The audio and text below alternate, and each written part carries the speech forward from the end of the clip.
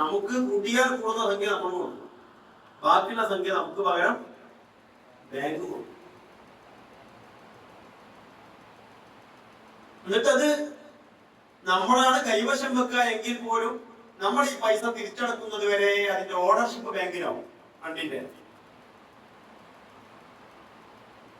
ഇത് നമ്മൾ എന്ത് ചെയ്യണം? നമുക്ക് പകരം ബാങ്ക് കൊടുത്ത ഈ സംഖ്യക്ക് നമ്മൾ ആ സംഖ്യയും നമ്മൾ തിരിച്ചടക്കണം, പ്ലസ് അതിന്റെ പലിശയും നമ്മൾ.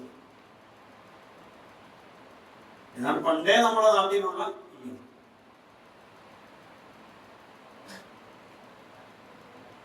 ഇവിടെ സംഭവിക്കുന്നത് എന്താ?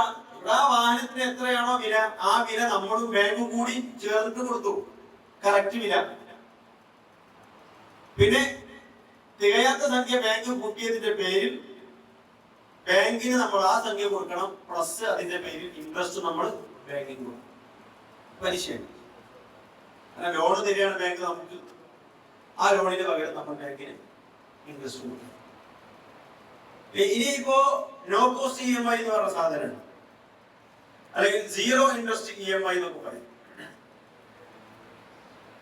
ഈ നോ കോസ്റ്റ് അല്ലെങ്കിൽ സീറോ ഇൻട്രസ്റ്റ് കൊടുത്തും ചിലപ്പോൾ എങ്ങനെയുണ്ട്, നേരത്തെ നമ്മൾ പറഞ്ഞ ക്രെഡിറ്റ് കാർഡ് പോലെ തന്നെ വരുന്ന EMI-കൾ. അതായത് ബാങ്ക് പിന്നെ കമ്പനി നമുക്ക് ഈ സാധനം ഗഡുക്കളായി അടക്കാനുള്ള സാവകാശം ചെയ്തു തരുന്നു. നമ്മളങ്ങനെ ഓരോ മാസവും നിശ്ചിത തുക എന്ന നിലക്ക് 10 മാസം കൊണ്ട് അല്ലെങ്കിൽ 12 മാസം കൊണ്ട് നമ്മൾ അടച്ചു തീർക്കാം. ഈ അടച്ചു തീർക്കുന്നതിൽ എന്തെങ്കിലുമൊക്കെ പാകപ്പിഴവുകൾ സംഭവിച്ചാൽ അപ്പൊ പിന്നെ ബാങ്ക് അല്ലെങ്കിൽ ഈ കമ്പനി നമ്മളിൽ നിന്ന് കൂടുതൽ പൈസ ഇടാം. ഫൈനാൻസിങ് ഇൻസ്റ്റിറ്റ്യൂട്ടുകളൊക്കെയാണ് അധികം അങ്ങനെ ചെയ്യാം. അപ്പോ നോർമലി നമ്മൾ അങ്ങനെ ഇത് പിന്നെ ഗഡുക്കളായി അങ്ങനെ അടച്ചു തീർക്കുകയാണെങ്കിൽ പലിശ ഒന്നും കൊടുക്കേണ്ടി വരില്ല. പക്ഷേ അടവ് തെറ്റിയാൽ നമ്മൾ പലിശ കൊടുക്കണം.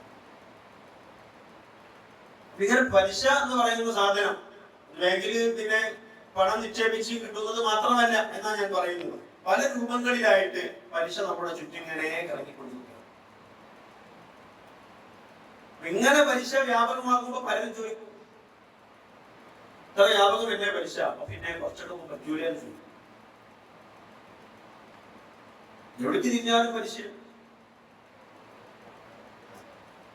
അല്ലെങ്കിൽ ഇത് പലിശ ആകാതൊക്കെ വല്ല ഒപ്പുണ്ടോ എന്ന് അന്വേഷിക്കും. അപ്പൊ ഇതിന് നമ്മൾ മനസ്സിലാക്കേണ്ട സംഗതി എന്താന്ന് വെച്ചാൽ പലിശ ഖിയാമത്താകുമ്പോൾ നന്നായി ഉണ്ടാകും എന്നുള്ളത് റസൂലിന്റെ പ്രഖ്യാപനം. ഞാൻ തുടക്കത്തിൽ സൂചിപ്പിച്ച ഹദീസിൽ അതാ പറയണത്, മല്ലം യഖുൽ നാലഹൂമിൻ ഉബാലി. പലിശന്റെ ഒരു പൊടിപടലങ്ങളെങ്കിലും അകത്തെത്താത്ത ആൾക്കാരുണ്ടാവില്ല. അത്ര സൂക്ഷിച്ച് ജീവിക്കുന്നവർക്ക് പോലും വരും പലിശന്റെ ഈ പറയുന്ന അംശം. എന്താണ് ഹദീസിന്റെ അർത്ഥം?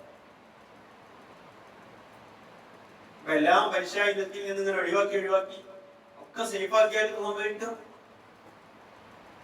ഞാൻ സൂചിപ്പിക്കുന്നത് നമ്മുടെ ഇടപാട് അനുവദനീയമാകാൻ വളരെ പ്രധാനപ്പെട്ട ഒരു വിഷയം പലിശ എന്ന് പറയുന്ന ഘടകം ഉണ്ടാകാതിരിക്കുക എന്നതാണ്.